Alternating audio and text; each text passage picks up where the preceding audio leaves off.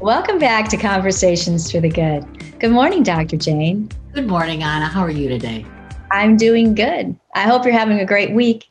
I am. I am. It's good to be together. Yes, it is. I was talking with a young friend of mine, and she was relating the hardships that she and her peers are experiencing launching their professional lives on the throes of the pandemic. So I thought we could take a little time and talk about this today. Well, sure, Anna. This is a time of great uncertainty, and even the experts are unclear as to the long term effects of the COVID crisis. We can pretty much count on it impacting every generation, some more so than others, and certainly for different reasons. Yes, we certainly have all been impacted by this. And then the boomers probably were more at risk health wise. Well, that's right. The boomers are that age group between 56 and 74, and certainly they were more likely to be hospitalized, more likely to spend time in the ICU than the younger populations. And statistics indicate that about 60% of this age group were diagnosed with at least one chronic health condition prior to COVID coming on the scene. So the health impact was of greater concern. The financial impact, less so.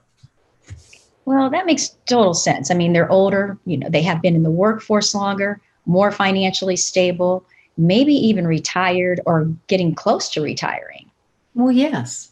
And then we have the Gen X population, which is the age group between 40 and 55. And this population, to a large degree, were in a safer zone than the boomers. Less health risks, a good length of time in their work life and on their career paths. Yes, more health and financially stable. But I'm sure that there are people in this age group who were hit very hard by the pandemic. Well, that's right. We always need to consider that we're talking statistics here. So very often it uses averages. So there are always outliers. And certainly there have been Gen X people, who contracted the COVID virus, who died. Other people lost their jobs, lost their companies, lost their life savings. Yes. It's so sad. Some things are predictable, and then some things are just happen at random. And then we have the millennials. Well, and they're an interesting group. This is the ages 24 to 39. And before COVID hit, they were called the unluckiest generation. My goodness, this is so ominous. Well, yes, and their coming of age occurred when the recession of 2008 hit the country, which of course impacted professional paths and non professional jobs.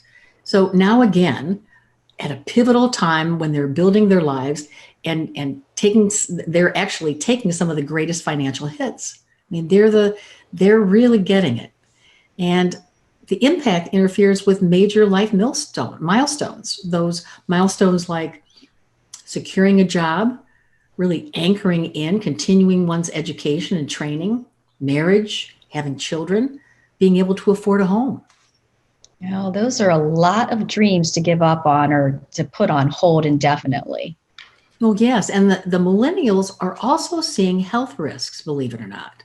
I found an article that talked about the fact that by the age 27, there's a higher prevalence of physical disorders driven by cardiovascular and endocrine conditions. We're talking coronary concerns here and diabetes in this particular millennial population. Both of these systems are impacted by long-term stress. And yet about 52% of millennials put off healthcare because of the costs. So this generation, is impacted with the health issues, but also there's these mental, emotional issues as well, because they're the population that's also been impacted by the loneliness, and the isolation and anxiety of a quarantined life. This has resulted in a lot of mental and emotional conditions that need to be addressed. And yet again, this population is more unlikely to avoid those costs.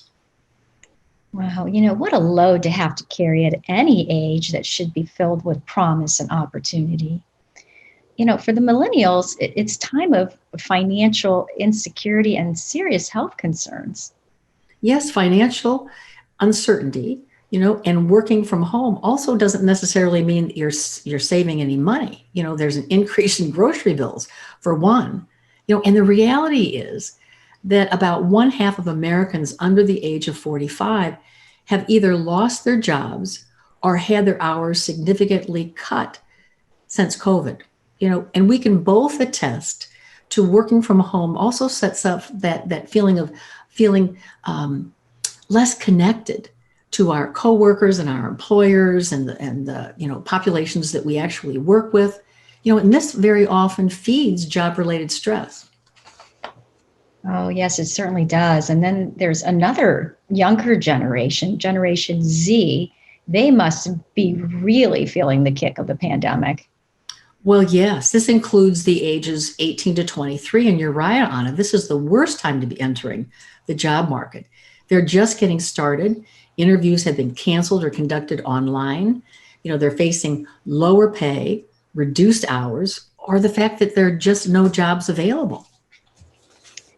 Dr. Jane, this is such dim prospects and future uncertainty. Well, it really is.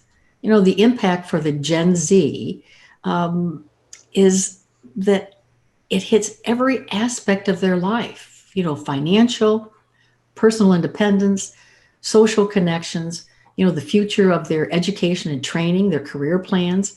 They are as a group experiencing less hospitalizations, and yet they report more worry and anxiety about contracting COVID. This generation was taking a financial hit prior to the pandemic, right? Yes, and they were feeling the impact of the economic downturn before COVID hit. They are as a generation known for more frugal attitudes. They're more likely to frequent thrift stores and avoid debt. And more So, than 50% of this age group, particularly the age group of 18 to 29, are likely to be living at home or have to move home. Not that they want to move home, but they have to move home. This surpasses previous records held during the Great Depression. that's amazing. So the big picture indicates that the older generation is faring better than much of the younger generation, especially if how they're dealing mentally and emotionally. Well, that's right. And the younger generations are struggling with the loneliness, the isolation, a lot of nervousness, anxiety and worry, and depression. Just this overall feeling of being trapped.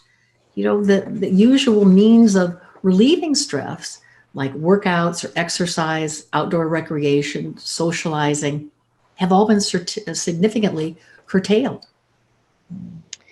Well, the easing of restrictions and mandates may be a boost, but from where what we've just reviewed, but it can possibly take care of all of the issues because, or I should say, it can't possibly take care of all of the issues because the economy isn't recalibrated, and we still need to follow mandates and be careful. There's still so much uncertainty, Dr. Jane.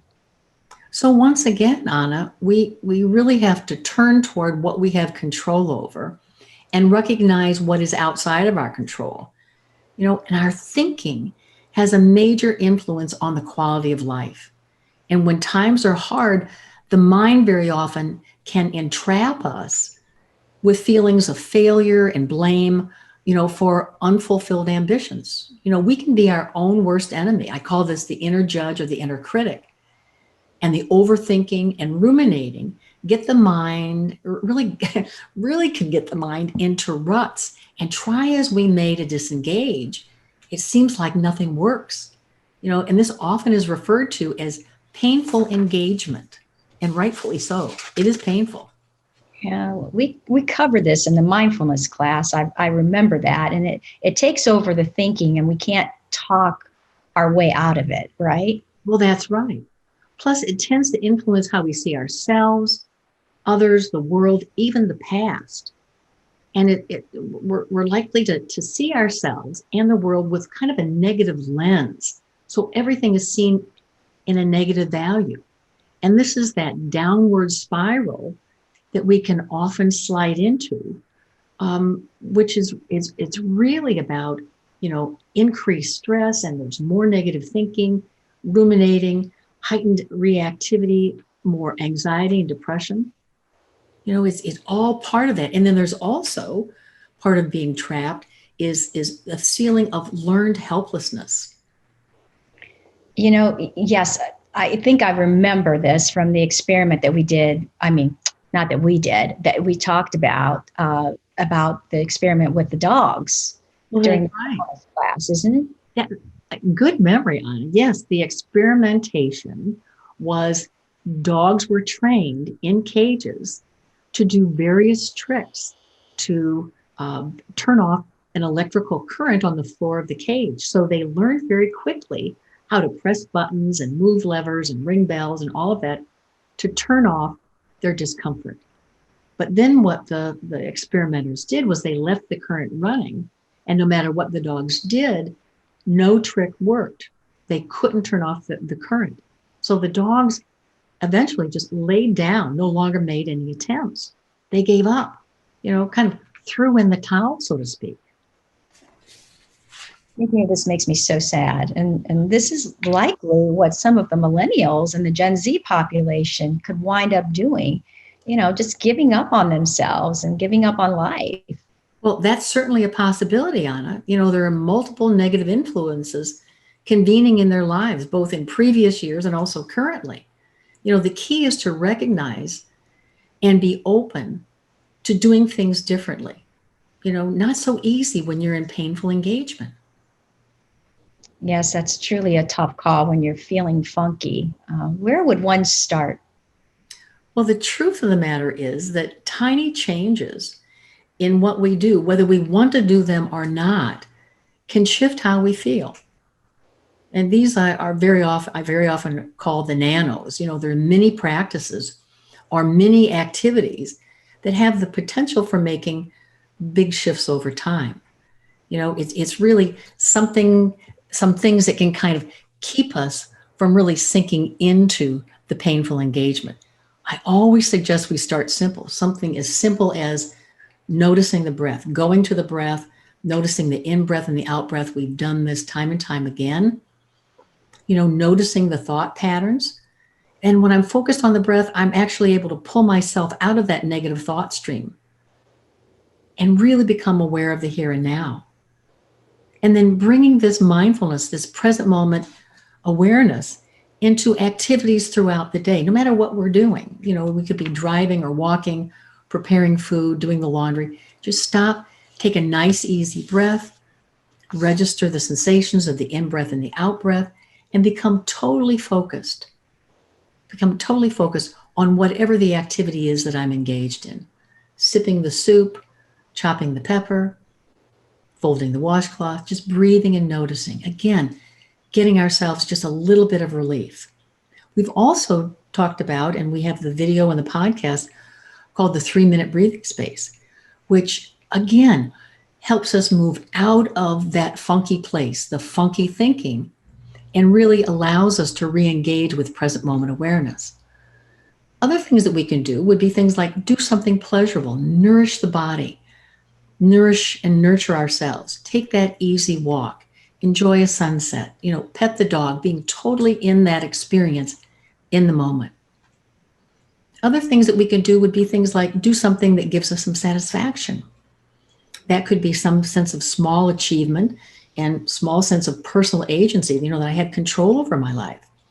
I remember during a difficult time that I had as a young adult, I felt like I didn't have anything was in my control. And I began making my bed every morning, not just pulling up the covers, but really making the bed. And that was a way that I could, in that moment, feel like I had control over something.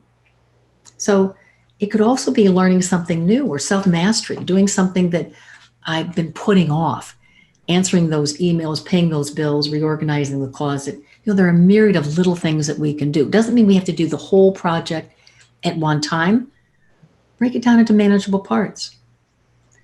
And the other piece is, be creative, be willing to learn something new. These are all just ways to intervene in that funky painful engagement so that we're not living in and feeding into that learned helplessness.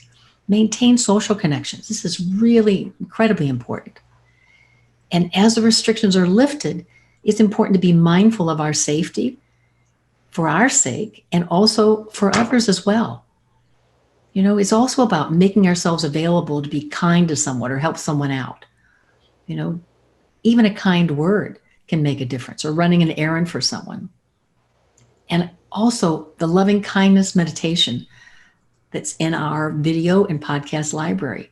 It's excellent for moving us through moments of painful engagement, giving that loving kindness to ourselves first, and then sharing it with loved ones in the world.